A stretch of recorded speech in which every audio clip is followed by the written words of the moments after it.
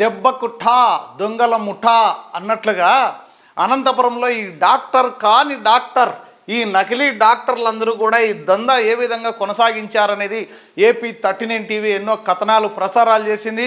ఈరోజు అక్కడికి వెళ్ళి చూస్తే అక్కడ ఆ డెన్ ఏదైతే ఏర్పాటు చేసుకున్నారో అక్కడ ఉన్న మంచాలు అవన్నీ కూడా ఖాళీ చేశారు. ఆ ఓనర్స్ కూడా గట్టిగా మందలించినట్టు మనకున్న సమాచారం.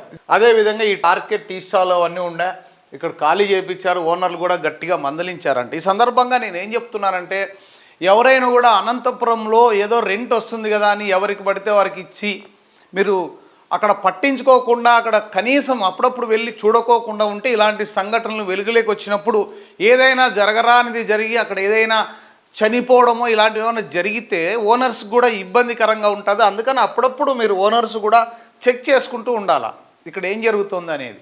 అందుకనే ఇలాంటి సంఘటనలు జరగకుండా బాడిగలకి ఇచ్చేటప్పుడు కూడా చాలామంది ఏం చేస్తుంటారు ఏంటి, అప్పుడప్పుడు తాళం వేస్తుంటారు, దొంగగా పోయేది, అర్ధరాత్రికాడ వచ్చేది, ఏదో ఆటోలో తీసుకొచ్చేది కొంతమంది మహిళల్ని.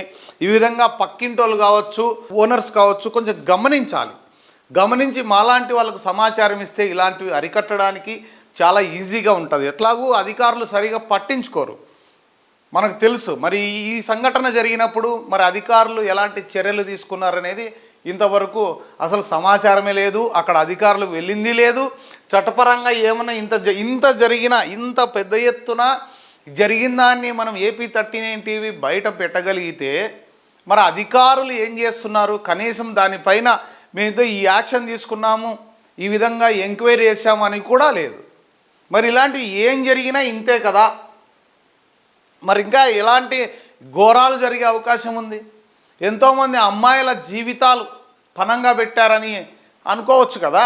ఇప్పుడు ఈ పరిస్థితుల్లో నమ్మి వచ్చిన వాళ్ళని ఈ విధంగా చేసినప్పుడు కనీసం కొంచెం ఎంక్వైరీ అన్న ఇది నిజమా కాదా అని తెలుసుకోవాల్సిన ఆవశ్యకత అధికారులపైన ఉంది.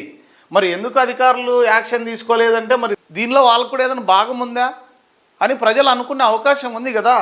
అందుకని ఇలాంటి ఏదైనా జరిగినప్పుడు తక్షణం అధికారులు అక్కడికి చేరుకొని నిజ నిర్ధారణ చేసుకొని దానిపైన మళ్ళీ మీడియాను పిలిచి వివరణ ఇచ్చి ఇలాంటి సంఘటనలు పునరావృతం కాకుండా చూసుకోవాల్సిన బాధ్యత అధికారులపైన ఎంతైనా ఉంది. ఇప్పటికైనా దీనిపైన దృష్టి సారిస్తారని ఏపీ 39 టీవీ ప్రగాఢంగా విశ్వసిస్తోంది. మరి చూద్దాం ఏం జరుగుతుందో.